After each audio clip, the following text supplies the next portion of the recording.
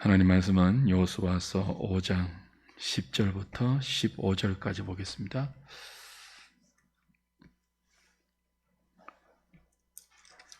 구약 성경 325페이지입니다.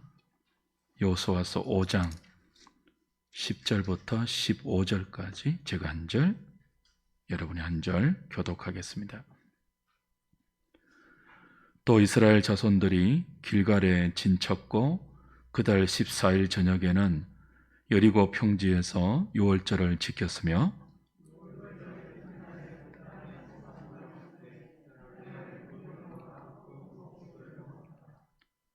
또 그 땅의 소산물을 먹은 다음 날에 만나가 그쳤으니 이스라엘 사람들이 다시는 만나를 얻지 못하였고 그 해에 가나안 땅의 소출을 먹었더라.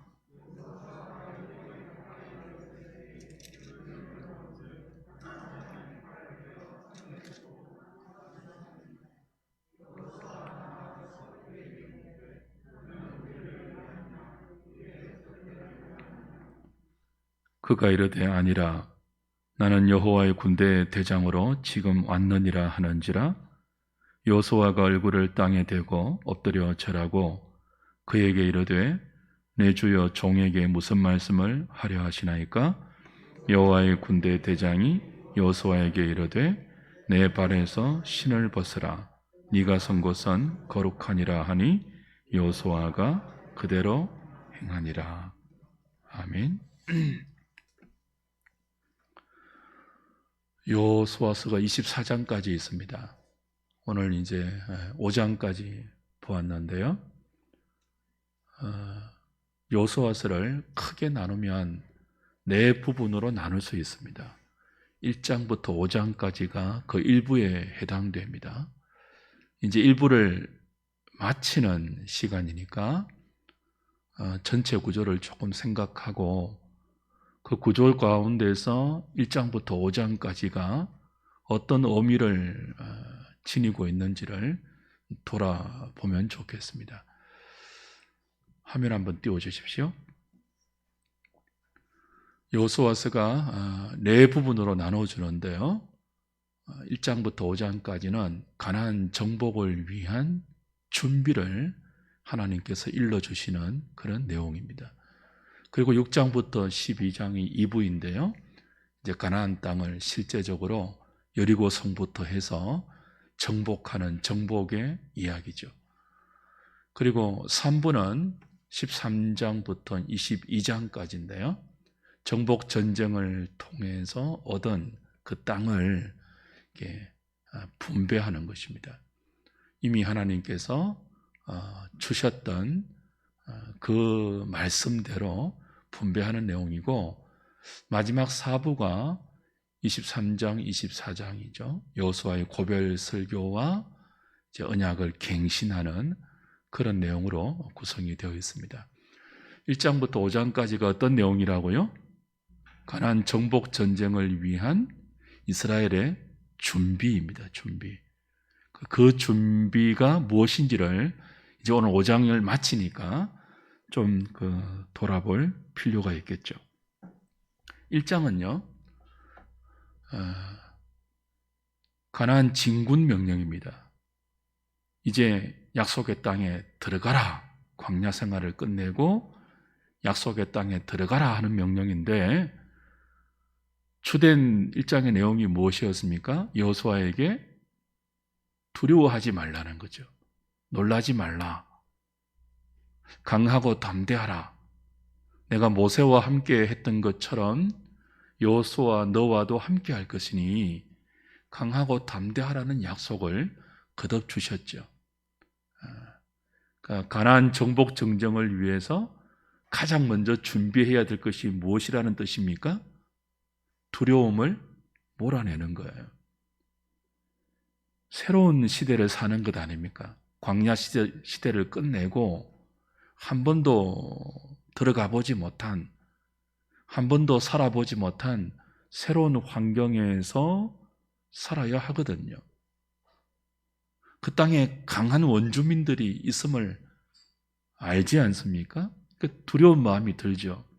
모세도 죽었고 이제 이스라엘 백성을 이끌고 여호수아가 약속의 땅에 들어가야 하는데 가장 먼저 해야 될 준비가 뭐라고요? 마음에 온갖 종류의 두려움을 믿음으로 몰아내는 거예요. 그리고 또 주신 말씀이 무엇입니까? 내 입에서 율법책을 떠나지 말게 하라는 말씀이었죠. 강하고 담대하라. 동시에요, 하나님의 말씀을 내 입에서 떠나지 말게 하고 좌로나 우로나 치우치지 말고 주야로 그 말씀을 묵상하라는 명령을 주셨죠. 가나안을 정복하기 위해서, 세상을 믿음으로 정복하고 믿음으로 승리하기 위해서는요, 두려움을 몰아내는 동시에 하나님의 말씀을 주야로 묵상하는 삶이 가장 먼저 해야 될 준비이죠. 이 장에는 어떤 내용이 있었죠? 1장은 두려워하지 말라 아니었습니까?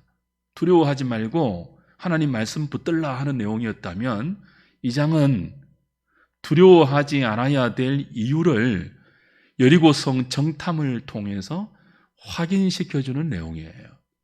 정탐꾼이 여리고성을 정탐하면서 어디에 들어갑니까? 기생 라합의 집에 들어갔죠. 기생 라합의 입을 통해서 하나님이 준비해 놓으신 이방 여자 기생 라합의 신앙 고백이 무엇입니까? 우리가 이 가나안 사람들이 전부 하나님께서 행한 일 때문에 간담이 녹았대요. 정신을 잃고 간담이 녹았대요. 그러니까 이스라엘이 싸워야 할 대상인 가나안 사람들은 이미요, 하나님에 대한 소문을 듣고 정신을 잃은 상태예요. 그걸 기생 라합의 입을 통해서 확인시켜 주심으로 두려워해야 될 이유가 없다는 것을 다시 보여주신 것이죠. 3장은 무엇입니까? 드디어 요단강을 넘는 요단 도하 사건이었습니다. 요단강을 넘을 때 여호와의 언약궤를 앞세우라고 하셨죠. 그리고 자신을 성결하게 하라고 하셨습니다. 여호와의 언약궤를 앞세우는 것은 어떤 의미입니까? 하나님을 바라보는 믿음이죠. 하나님의 임재를 상징하는 이 언약궤를 앞세우고 그 하나님을 바라보는 믿음으로 자신을 성결하여 하나님의 말씀에 순종했을 때 요단강이 홍해가 갈라지는 것처럼 갈라졌죠. 그리고 그들은 요단강을 건넜습니다. 가나안을 정복하기 위해서 이들이 준비해야 될 준비가 무엇입니까? 하나님 앞에서 자신을 성결하게 하고 하나님의 임재, 하나님의 말씀을 앞장세우는 거예요. 말씀이 앞서게 하는 거예요. 자신들은 말씀의 뒤를 따라가는, 그것이 준비예요. 4장은 무엇입니까? 길갈에서 기념석을 세우는 것이었죠. 갈라진 요단강 강에 있었던 돌을 12지파에 하나씩 12개를 어깨에 메고 길갈에 기념비를 세워서 그 하나님의 능력으로 요단강이 갈라진 것을 기억하고 후대들에게, 후손들에게도 그 구원의 하나님이 그들과 함께 하실 때 어떤 일이 일어나는지를 전수하고 가르쳐주는, 잊지 않는 거예요. 가나안 원주민과 싸워서 승리하기 위해서는, 정복 전쟁을 잘 수행하기 위해서는 하나님이 하신 일을 잊지 말아야 합니다. 그게 길갈의 기념비이죠. 내가 한 일을 기념하는 것이 아니라 내 인생 가운데 하나님이 하셨던 순전한 하나님의 역사를 잊지 않고 마음에 새기는 일, 그게 정복 전에 이스라엘이 준비해야 될 중요한 준비였습니다. 마지막 5장에서는 무엇을 준비시킵니까? 5장은 3개의 사건으로 구성되어 있어요. 1절부터 9절까지는 길갈에서 할례를 행하는 것이고요. 10절부터 12절은요, 유월절을 지키는 거예요. 그리고 13절부터 15절은요, 이제 여리고로 들어가기 전에 여호수아 앞에 여호와의 군대 장관이 나타난 사건이죠. 이 세 개의 사건을 통해서 마지막으로 하나님께서 이스라엘에게 준비시키는 것이 있었죠. 우리 지난번에 확인했는데요, 길갈에서 할례를 명하신 이유가, 의미가 무엇이었죠? 할례는 지금의 세례인데요, 할례의 의미가 무엇입니까? 우리 창세기 17장에서 아브라함을 통해서 확인했죠. 나의 옛사람에 대해서 죽는 것. 아브라함이 하나님의 약속을 믿지 못하고 자신의 방식으로 사라의 여종 하갈에게서 이스마엘을 얻었던 그 옛사람, 자기 계획, 자기 방법을 베어내고 옛사람에 대해서 죽고 하나님의 약속을 붙드는 믿음으로 새롭게 산다는, 그것이 할례의 의미였죠. 가나안 정복 전쟁을 위해서 이들은 새로워져야 합니다. 자기 방식, 자기 계획, 자기 생각을 끊어내어야 합니다. 할례를 행해야 합니다. 그리고 온전히 하나님의 약속을 신뢰하는 믿음으로 새로운 발걸음을 내디뎌야 하죠. 할례의 의미입니다. 이게 준비이고요. 그 다음 오늘 우리가 볼 것이 뭡니까? 10절, 11절, 12절에서 함께 읽었던 것처럼 그 길갈 평지에서 유월절을 지킨 거예요. 여호수아서 4장 19절을 보면 이들이 요단강을 건넌 날이 첫째 달 10일이었습니다. 1월 10일이었어요. 그리고 그 요단강을 건너고 나서 요단 동평 길갈에 진을 쳤죠. 그리고 1월 14일에, 오늘 본문 보니까 1월 14일에 유월절을 지킵니다. 요단을 건너서 여리고 동평 길갈에 도착해 보니 이미 들에는 곡식이 익어 있었죠. 그리고 그들은 그 곡식을 먹으면서 1월 14일 저녁에 유월절을 지킵니다. 그리고 이튿날 아침, 유월절은 1월 14일 저녁에 지키는 절기이고요, 그 이튿날 아침부터 한 주간은요, 무교절이죠. 그 이튿날 아침에 그 길갈 평지에 있는 가나안 땅에 있는 곡식, 아마 밀이겠죠. 그 시기를 보면 그 곡식을 먹고 무교병을 만들어서 먹고 볶아서 먹었어요. 무교절을 지키면서 그때 만나가 거쳤더라라고 오늘 본문은 이야기하죠. 가나안 땅에 들어와서 유월절을 지키고 1월 14일 날, 이건 40년 전에 애굽에서 나온 날이기도 해요. 유월절을 지키면서 애굽을 나왔죠. 언제? 1월 14일에. 그리고 정확히 40년이 지난 후에 가나안 땅에 도착해서 1월 14일에 가나안 땅에서 첫 번째 유월절을 지켜요. 그 땅에서 얻은 곡식으로 그들이 먹었을 때 40년 동안 내렸던 뭐가 그쳤다고요? 만나가 그쳤습니다. 무엇을 의미할까요? 이제는 시대가 바뀌었다는 거예요.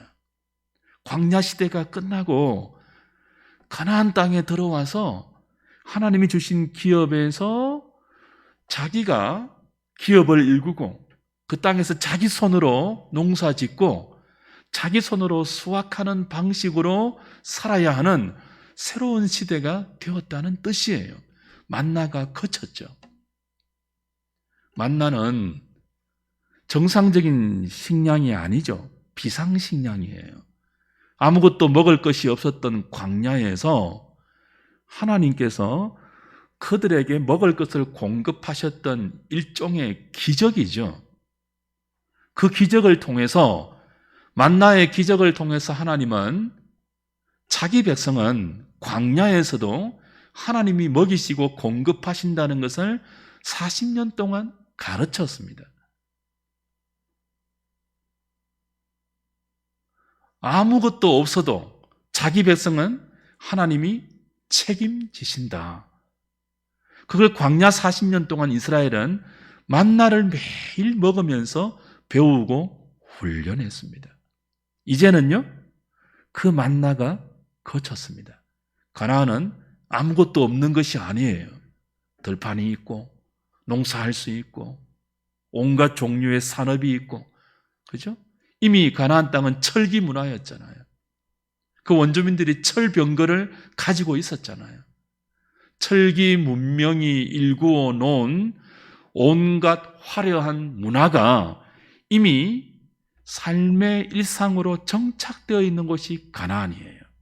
거기서는요, 만나가 없어요. 하나님이 더 이상 하늘에서부터 만나를 내리지 않아요. 이제는 자기 백성을 어떻게 인도하십니까? 어떻게 자기 백성의 필요를 이제 공급하시죠? 광야의 만나와 반석에서 터지는 생수가 아니라 그 땅에서 하나님이 주신 기업에서 자기가 자기 손으로 씨를 뿌리고 파종하고 농사 짓고 수확하는 방식으로 자기 백성의 필요를 하나님이 공급하시는 새로운 삶의 땅, 새로운 터전, 새로운 시대가 이제 가나안에서 열리는 것이죠. 만나가 거쳤더라. 하나님의 공급 방식이 바뀌었더라. 뭐 그런 뜻입니다. 이 만나가 거치는 사건이 유월절을 지키는 것과 겹쳐서 일어났지 않습니까? 그 만나가 거쳐서도 유월절을 통해서 자기 백성을 인도하신 하나님의 은혜는 거치지 않았다는 뜻이에요. 만나가 거쳤다고 하나님이 돌아가신 것 아니죠. 기적이 생기지 않는다고 하나님이 나와 함께 하시는 것 아니에요. 방식이 바뀌었을 뿐입니다. 이제는 우리의 일상에서, 우리의 모든 삶의 영역에서 우리가 손으로 하고 우리가 땀 흘려 일하는 모든 곳에 하나님이 함께 하심으로 그 소산을 허락하신다는 뭐 그런 의미입니다. 유월절의 은혜는 여전히 자기 백성에게 함께 하시는데 단지 만나가 거칠 뿐이죠. 그러나 이제는 무엇을 먹는다고요? 그 땅의 소산과 그 땅의 곡식으로 볶은 곡식을 먹고 그 땅의 곡물로 유월절과 무교절을 지키는 거죠. 그걸 누가 주신다고요? 하나님이 주신다는 거예요. 뭐처럼요? 광야에서 만나를 주시는 것처럼 가나안에서 곡식을 주신다는 거예요. 그럼 무엇을 기억해야 될까요? 가나안에서 자기 손으로 농사를 짓고 자기 손으로 풍성한 수확을 얻어도 이건 누가 주신 것이라고요? 하나님이 주신 거예요. 뭐처럼요?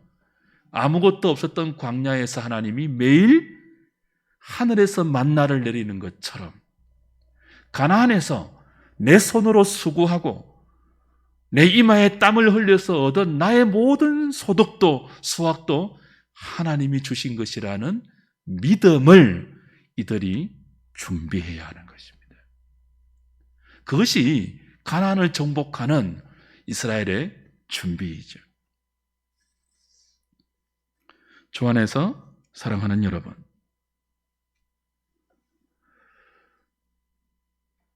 그리스도인은 일용할 양식으로 사는 존재들입니다. 그 훈련이 무엇이었습니까? 광야의 만나 훈련이었습니다. 여러분은 어떠합니까? 일용할 양식을 구하고 계십니까? 그리고 일용할 양식으로 여러분의 삶을 진행하고 계십니까? 더 많이 쌓아두려는 그런 탐욕은 가나안 정복 전쟁에 어울리지 않습니다.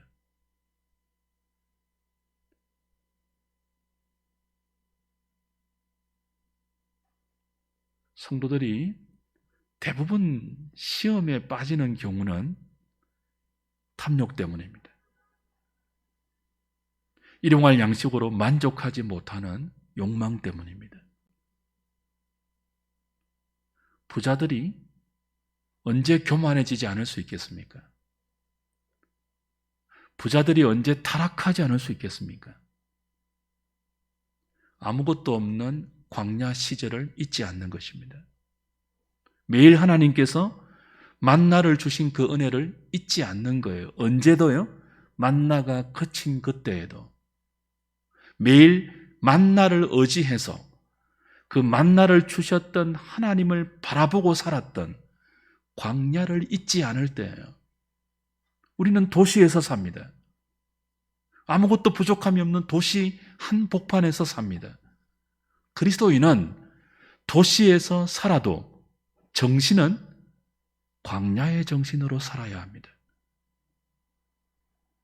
여러분의 정신은 어떠합니까? 도시의 정신으로 충만합니까? 아니면 광야의 정신을 유지하고 있습니까? 광야의 정신이 뭐죠? 내게 있는 것을 의지하지 않는 거예요. 모든 것이 있어도 아무것도 없는 사람처럼 하나님만 바라보고 사는 거예요.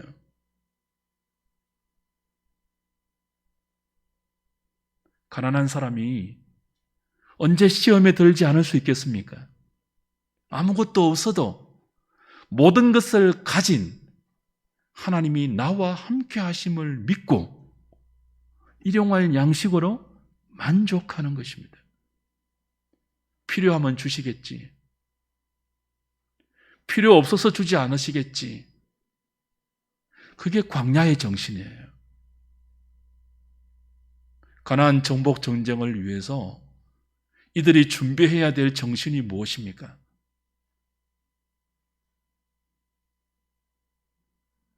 바로 이 정신입니다. 일용할 양식으로 만족하는 정신. 매 순간 하나님을 의지하는 순전한 믿음. 돈이 하나님 노릇하는 세상입니다. 돈이 있는 사람은요, 하나님을 껍데기로 믿어요. 하나님을 마치 자기 재산을 지켜주는 문지기 정도로 취급해요. 그런 사람은 절대로 세상을 믿음으로 승리할 수 없습니다. 하나님은 우리의 소유를 지켜주시는 문지기가 아니에요. 우리의 모든 것입니다. 그것이 만나가 거쳐서도 6월절의 은혜를 잊지 말라는 이 사건이 우리에게 가르쳐주는 교훈이죠. 마지막은 무엇입니까? 여호수아가 여리고에 가까이 갔을 때 갑자기 칼을 든 한 낯선 사람이 나타났죠. 여리고성은 첫 번째 전투를 해야 될 장소입니다. 난공불락의 성이에요. 한 번도 무너져 본 적이 없는 철통 같은 적진의 요새이죠. 근데 그와 근처에서 무장한 칼을 든 사람을 만났으니 얼마나 놀랐겠습니까? 여호수아가 묻죠. 당신은 우리 편입니까? 아니면 우리 적군의 편입니까? 그 사람이 대답합니다. 나는 네 편도 아니고 네 적의 편도 아니고 여호와의 군대 대장으로, 군대 장관으로 왔느니라. 우리는 늘 내 편인가? 저 사람이 내 편인가? 내 편이 아닌가? 거기에 관심이 있어요. 하나님 우리에게 뭐라고 하십니까? 네가 내 편 맞는가를 묻고 있습니다. 가나안 정복을 위해서 우리가 준비해야 되는 것은 많은 사람을 내 편으로 만드는 게 아니에요. 내가 하나님 편에 서 있는 것입니다. 나는 여호와의 군대 장관으로 왔느니라. 우리보다 하나님께서 당신의 군대를 앞세우고 먼저 가나안에 입성하시고 먼저 우리의 대적들과 싸워주십니다. 신학적으로 여기 여호와의 군대가 누구냐? 하는 논쟁이 있습니다만 그게 중요하지는 않아요. 저는 이 여호와의 군대가 우리 눈에 보이지 않는 천군 천사라고 믿고 있습니다. 이스라엘의 군대는 요수아가 대장이니까요. 여호와의 군대 장관은 우리 눈에 보이지 않는 하나님의 군대를 거느리고 우리보다 앞서 우리의 모든 대적들과 싸워주십니다. 6장에서 이제 보겠지만 여리고성이 무너지잖아요. 어떻게 무너집니까? 칼과 창의 힘이 아니죠. 하루에 한 바퀴씩 그저 돌고 마지막 날에 7바퀴 돌았을 때 그냥 무너졌어요. 이거 누가 무너뜨린 것입니까? 여호와의 군사들이, 그 여호와의 군대들을 이끌고 있는 여호와의 군대 장관이, 이 여호와의 군대 장관은 예수 그리스도의 예표라고 보는 것이 타당하죠. 그 이후에, 여리고성 전투 이후에 가나안 땅에서 이들이 수행해야 할 모든 정복 전쟁에서 하나님은 눈에 보이지 않는 여호와의 군대를 앞장 세우시고 눈에 보이는 대적들과 싸워주시는 분입니다. 그걸 믿는 것이 우리가 준비해야 될 준비이죠. 내 눈에 보이는 것이 전부가 아닙니다.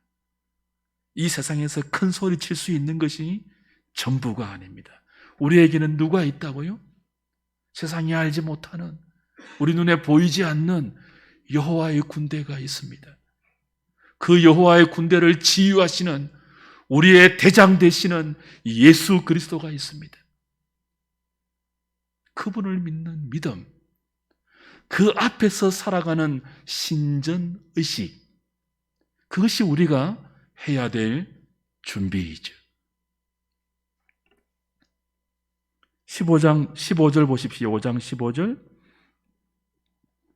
여호와의 군대 대장이 요수아에게 이거 하나 요구해요. 내 발에서 신을 벗어라. 네가 선 곳은 거룩하니라. 네가 선 곳은 거룩하니라. 왜 여호수아가 서 있는 땅이 거룩하죠? 그 땅 자체가 뭐 어떤 효험이 있는 신비한 땅입니까? 그렇지 않죠. 거기 누가 있기 때문에 그래요? 여호와가 계시기 때문에. 이것이 가나안 정복 전쟁을 수행하기에 앞서서 여호수아와 이스라엘이 준비해야 될 가장 중요한 준비예요. 내 앞에 누가 있다고요? 하나님이 계시다. 내가 서 있는 땅은 하나님이 계시는 거룩한 영역이다. 이걸 우리는 신전의식이라 그러잖아요. 코람데오. 하나님 앞에서의 삶. 매 순간 어디서 무엇을 하든지 하나님 앞에 있다는 이 신전의식.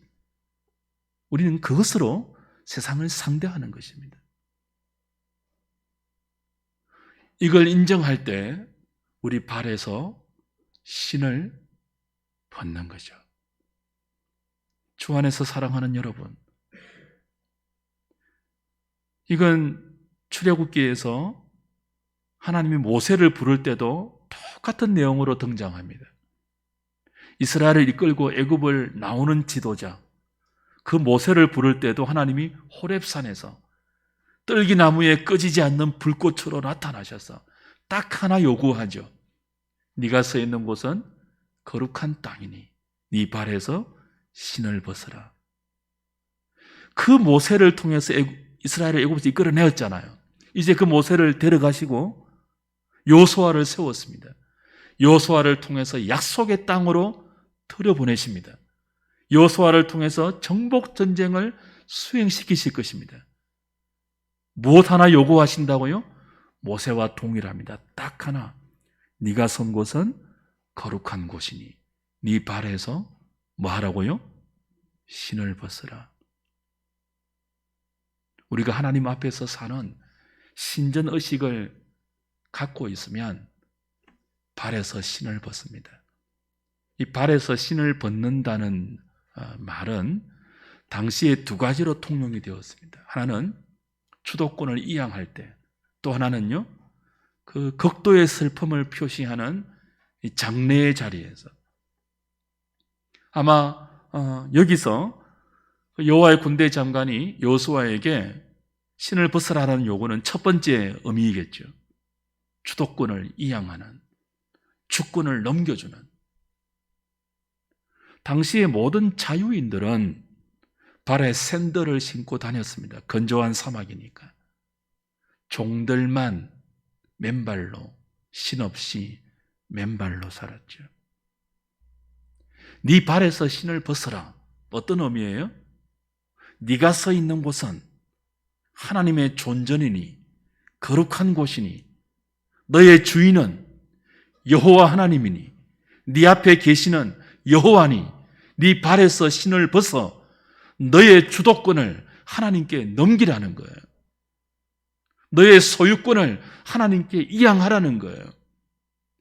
네가 주인이 되어서 살아왔던, 네 생각대로 걸어다녔던, 네 계획대로 걸어다녔던 모든 신발을 벗고 이제는 여호와의 종이 되어서 하나님이 인도하는 대로 따라다니라는 것이 발에서 신을 벗으라는 요구입니다. 주 안에서 사랑하는 여러분, 많은 경우 우리의 신앙이 어떻게 되어 있습니까? 우리 마음대로 정한 길을 내가 신은 신발을 그 신발로 걸으면서 그 길을 열어달라고 하나님께 많이 우리가 요구하지 않습니까? 하나님, 나는 이 길을 가야 돼요. 길 열어주세요. 형통대로를 주세요. 그냥. 근데 내 앞에 여호와가 계신다. 그분이 나보다 한 발 앞서 당신의 길을 여시고 당신의 승리를 나에게 준비해 주신다. 어디서 무엇을 하든지 하나님의 살아계심을 의식하면서 믿음으로 살아가는 사람은 그 자기 뜻의 신발을 벗고 이제는 맨발로 하나님이 인도하는 대로 어린 양이 어디로 인도하시든지 따라가는 순종의 삶을 사는 것입니다. 그것이 우리가 세상에서 믿음으로 살기 위해서 준비해야 될 주의 백성들의 중요한 준비예요. 발에서 신을 벗는 것. 간혹 이렇게 여행을 가면서 비행기를 타고 외국에 나가면 수화물을 붙이잖아요. 그 수화물을 붙일 때 뭘 붙여줍니까? 우리 짐에다가 태극을 붙여주죠. 그죠? 그거 소유권이거든요. 그 목자들이, 목동들이 양을 혹은 소를 혹은 말을 이렇게 키울 때 뭘 합니까? 인을 치잖아요. 인을. 자기 양, 자기 소, 자기 말, 이 내 것이라는 이 표시를 불로 찢어가지고 인을 쳐서 확인하잖아요. 발에서 신을 벗는다는 것은 내가 하나님의 소유입니다. 나는 하나님의 것입니다. 이제부터 내 인생은 내 것이 아닙니다. 이제부터 내가 가는 길은 내 길이 아닙니다. 주님의 길입니다. 하나님의 길입니다. 그걸 고백하는 것이고 그걸 표시하는 일종의 사인입니다. 여러분은 하나님의 소유라는 표시가 신을 벗는 주도권의 이양으로 하고 계십니까?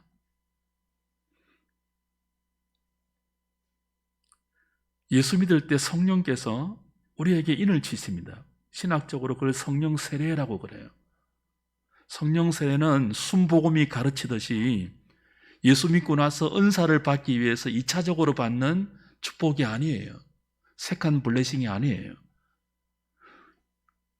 그 마음에 하나님을 믿지 못하는 이 혼미한 마음에 어떻게 믿음이 생길까요? 성령으로 세례받을 때입니다. 그 성령 세례를 다른 말로는 성령으로 인을 친다 그래요. 예수 믿을 때 우리는요, 하나님의 소유로 도장을 받습니다. 너는 내 것이야. 하나님이 그렇게 하십니다. 우리가 하나님의 소유임을 무엇을 보고 알 수 있습니까? 우리 안에 있는 믿음입니다. 여러분 안에 있는 믿음은 여러분이 만든 것 아니에요. 하나님이 성령의 능력으로 교만하고 완악하고 패역한 우리의 마음에 생명의 말씀으로 씨앗을 심고 성령으로 인을 치고 성령으로 세례를 주어서 이 강팍한 마음에 믿음이 생긴 것이죠. 그래서 믿음을 가진 사람은요, 우리 발에 신을 벗음으로 맞습니다. 하나님, 나는 하나님의 것입니다. 나는 하나님의 소유입니다. 늘 그 고백을 하며 살죠. 우리가 매주일 하나님께 예배하면서 빈손으로 나오지 않잖아요. 헌금을 드리죠. 예배 시간에 꼭 있는 것이 헌금, 봉헌 시간 아니에요? 그 봉헌이 무엇입니까? 신앙 고백이잖아요. 내게 있는 모든 것이 내 것이 아니고 하나님의 소유입니다. 그것을 하나님께 돌려드림으로 고백하는 것이잖아요. 늘 우리는 그 고백으로 살아야 돼요. 네 발에서 신을 벗어라.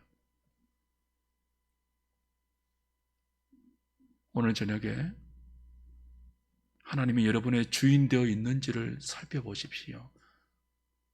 우리 입으로는 다 그렇게 고백하죠. 교회 다니는 사람이 누가 입으로 내 인생의 주인은 나야 그러는 사람이 어디 있겠어요? 다 하나님이라고 입으로는 고백하죠.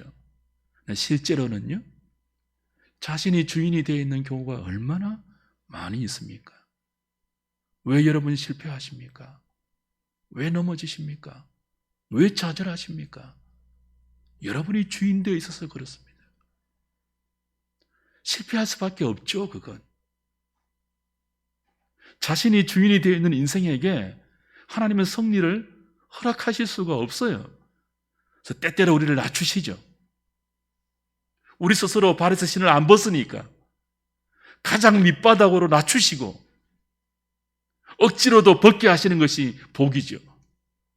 주 안에서 사랑하는 여러분, 하나님께서 여러분의 발에서 억지로 신을 벗기기 전에 여러분 스스로 하나님 앞에 여러분의 삶을 세우고 그 발에서 신을 벗으시고 소유권을, 주권을 하나님께 다 넘겨주시기 바랍니다.